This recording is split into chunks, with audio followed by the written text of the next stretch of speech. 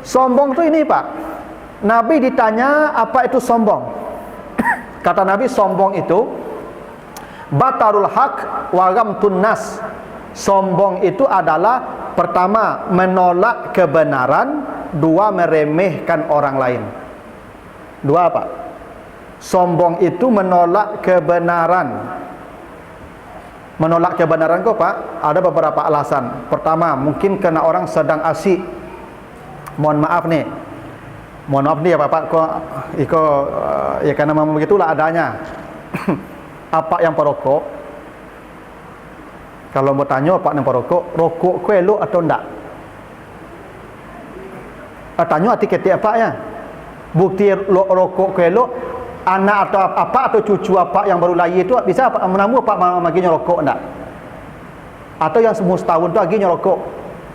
Pasti apa tak mul? Itu bukti rokok tu enggak elok kan? Itu buktinya tu. Apa tahu rokok ku enggak elok? Apa misuk ya? Sombong tu. Iyalah, besok mati tak dibuka pintu langit tu.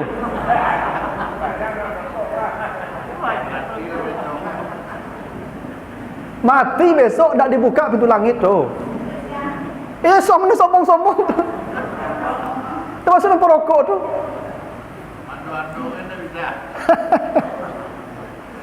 Kan sombong, ini kan bukan bahasa saya Pak ya. Itu hadis Muslim itu. Apa itu sombong? Menolak kebenaran. Dia tahu kebenaran tapi dia tidak terima. Dia tahu itu tidak baik tapi tetap juga ke situ, kan sombong namanya tu. Dah sombong namanya tu. Ya. Jadi sombong yang paling banyak tu ini Pak. Karena sedang asyik. Ya. Apa tahu ketika azan berkumandang, hayya 'alas shalah, apa maknanya tu Pak? Mari. Kan? Awak tahu Pak, azan tu memanggil orang salat, tapi awak tak dengar azan, awak santai saja Pak. Sombong tu. Sombong tu. Kenapa dia menolak kebenaran? Banyak tu Pak. Banyak kebenaran yang kita tahu tapi kita tidak peduli. Tidak peduli dengan kebenaran tu namanya sombong. Tu kata Nabi begitu. Kan tak jamaah leh. Tapi kita tahu berjamaah tu 27 kali. Pilihnya surang. Kan gitu ya. Dan tahu tu Pak. Ya, tapi itu kan apa nama tu Pak? Menolak kebenaran nama tu. Itu kesombongan yang kecil tu Pak. Kita tahu kebenaran tapi kita tak mau terima.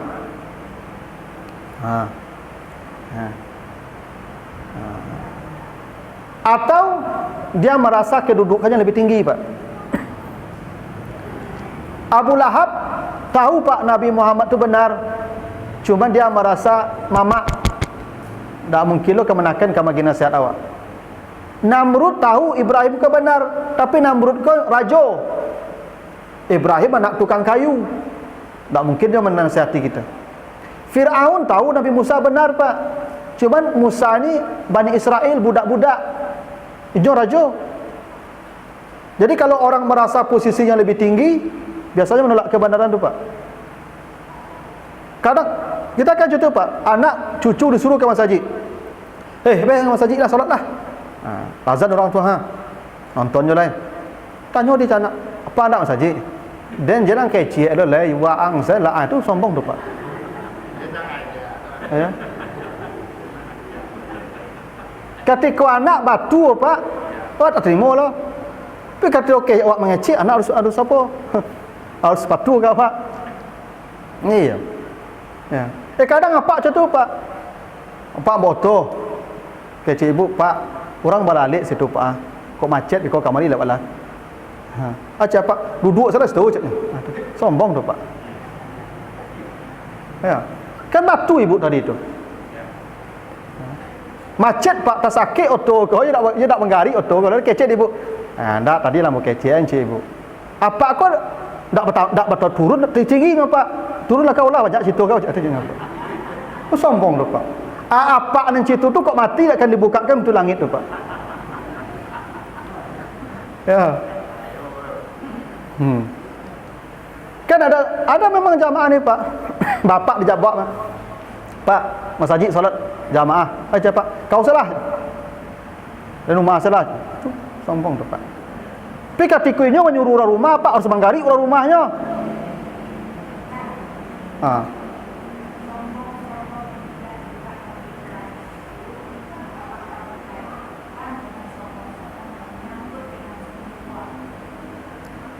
Iya kan sombong itu dua tadi.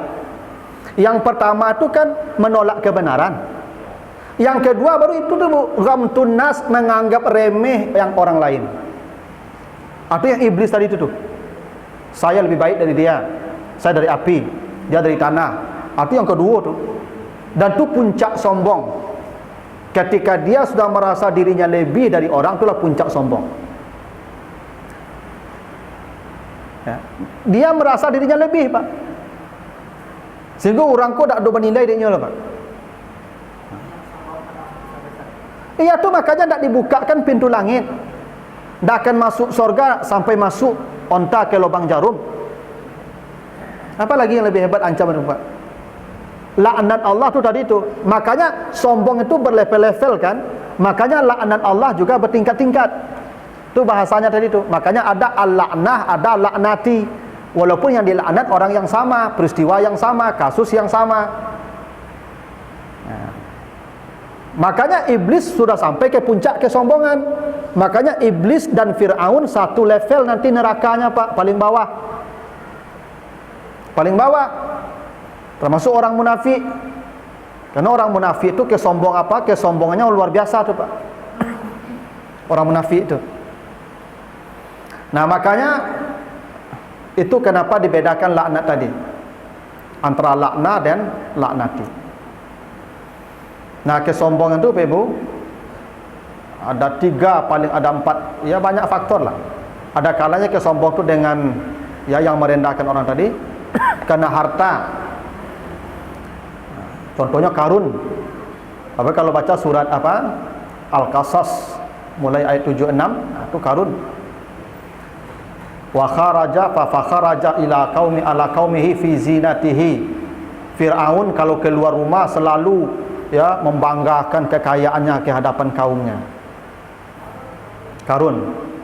Nah, jadi memang orang kaya itu kan suaranya kari Pak. Ya, ciri orang sombong itu suara kari. Ya Pak. Ada Pak. Maka kesombongan itu yang paling hebat ilmu. Karena kalau harta orang sombong, harta tidak permanen Pak, bisa habis. Kalau dengan wajah orang sombong, habis juga. Kalau ilmu Pak sampai mati Pak. Maka kesombongan dengan ilmu itu yang paling bahaya Pak. Ya kan faktor sombong itu banyak. Tadi harta, ya. Itu makanya ya di kampung ada pameo Pak, ada 2 orang yang tak boleh dibantah di muka bumi itu. 2 orang tak boleh dibantah. 1 orang kayo, 2 orang gilo. Orang gilo jadi bantah-bantah apa nyelambui mereka ya.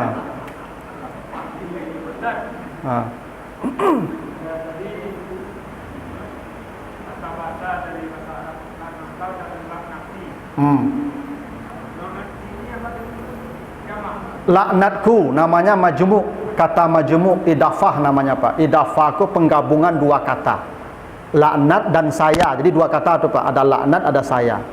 Kalau al-laknat, laknat saja, 1 kata saja laknat. Nah filosofinya majmu', namanya majmu' lebih berat karena gabungan. Kalau tunggal lebih ringan.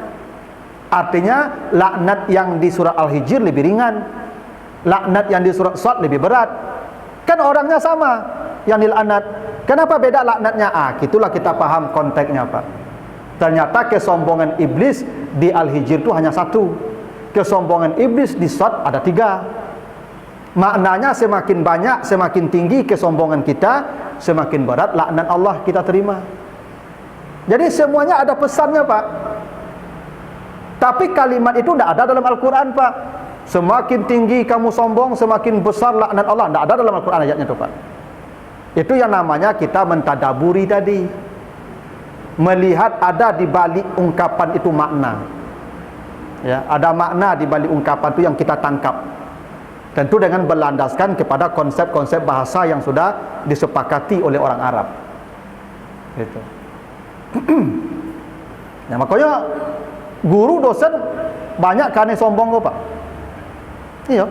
Kadang mahasiswa kok, Pak, lu bertanya oleh Pak, lu sudah yang bertanya oleh saya sudah paham saya tuh, sombong tuh, Pak. Jangan lu sampai sudah mengecek lu. Enggak dipotong, lah mengerti yang teman-teman bermikul. Itu tuh. Sombong tuh, Pak. Dulu pernah Pak dosen ambo, Pak, suruh ambil tugas, Pak, mahasiswa kok. Tu mahasiswa kok bertanya, Pak, tanya ikonya apa kok antuk baru, Pak. Mahasiswa kok bertanya, ni cik kok bertanya saya, Pak, cik apa kok ang sama Yahudi macam. Yahudi ke banyak tanya, Pak.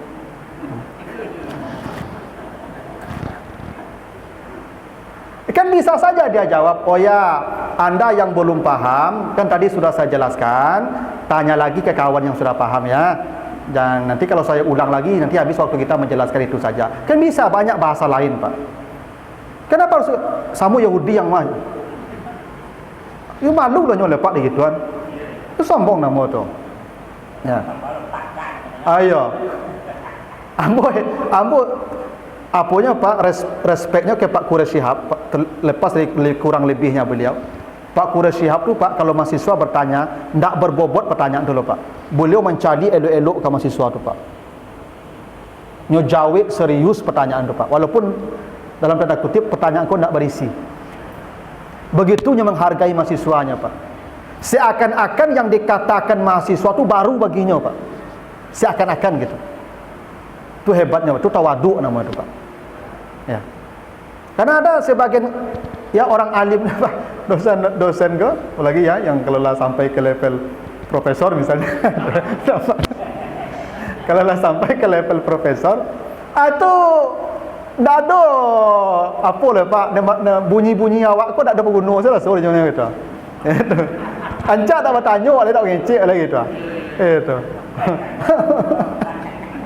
Nak kena sadar loh, Pak. Makanya Pak calik lah. Ambo melakukan penelitian ya, Pak. Tapi kalau diteliti lah, cubalah Pak teliti di komplek-komplek di masjid di Padang, Pak. Sekian banyak misalnya profesor atau doktor, bara banyak yang mendengar ceramah. Coba itu. Iya kan yang kecek dulu tahu dan mah tu basuh itu. Makoknya nak tibu itu tu. Ni kecek tu lalu ngecek lalu iya tahu dan tu mah. Itu, Pak. Itu basuh itu. Ayo. Kan bahasa sombong tu gitu, Pak. Ambo kalau di kampung ambo, Pak, kan gadai sawah ko riba, Pak. Gadai sawah riba, gadai karambi riba haram. Ambo kecek di kampung, Pak, ke mama ambo, ke dusana ambo, iko riba, iko gadai ko haram ya. Jangan Allah berhenti lah menggadai itu. Kau nak berjual badisnya sawah orang tu, jadi gadai. Haram je. Kecek di kampung tu, Pak. Aduh lah yang lagi kami nama deko macamnya tu. Sombong tu. Sombong tu bahasa orang sombong tu, Pak. Kalau lah yang lagi kami nama deko macam. Makin